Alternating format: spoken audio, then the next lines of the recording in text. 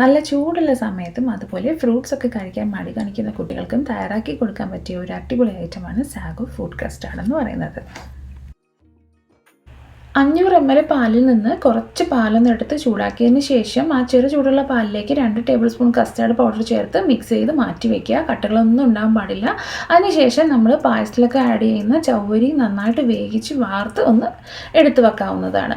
ഇനി നമുക്ക് ബാക്കിയുള്ള പാല് നന്നായിട്ടൊന്ന് ചൂടാക്കുക. അതിലേക്ക് പഞ്ചസാര കൂടെ ചേർത്തതിന് ശേഷം നല്ലപോലെ ഒന്ന് ഇളക്കി കൊടുക്കുക. അപ്പോൾ നമ്മുടെ കയ്യിൽ ഹെവി ക്രീം ഉണ്ടെങ്കിൽ ഈ ടൈമിൽ അതും കൂടെ ചേർത്ത് കൊടുക്കാവുന്നതാണ്. 2-3 ടേബിൾ സ്പൂൺ ചേർത്താൽ മതിയാവും.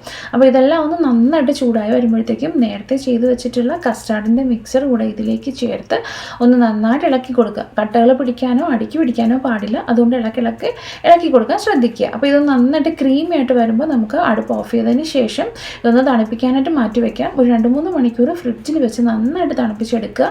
അതിനുശേഷം ഫ്രൂട്ട്സും നേരത്തെ റെഡിയാക്കി വെച്ചിട്ടുള്ള ചവ്വരിയും കൂടെ ചേർത്ത് നന്നായിട്ടൊന്ന് മിക്സ് ചെയ്ത് കൊടുക്കുക.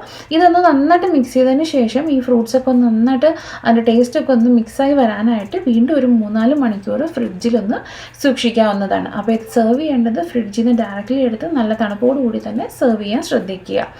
അപ്പോൾ ഈ റെസിപ്പി ഒന്ന് തയ്യാറാക്കി നോക്കിയതിന് ശേഷം ഈ സാഗോ ഫ്രൂട്ട് കസ്റ്റാർഡ് ഇഷ്ടമാവുന്നുണ്ടെങ്കിൽ ചാനൽ സബ്സ്ക്രൈബ് ചെയ്യാനും വീഡിയോ ഒന്ന് ലൈക്ക് ചെയ്യാനും ഫീഡ്ബാക്ക് അറിയിക്കാനും മറക്കണ്ട.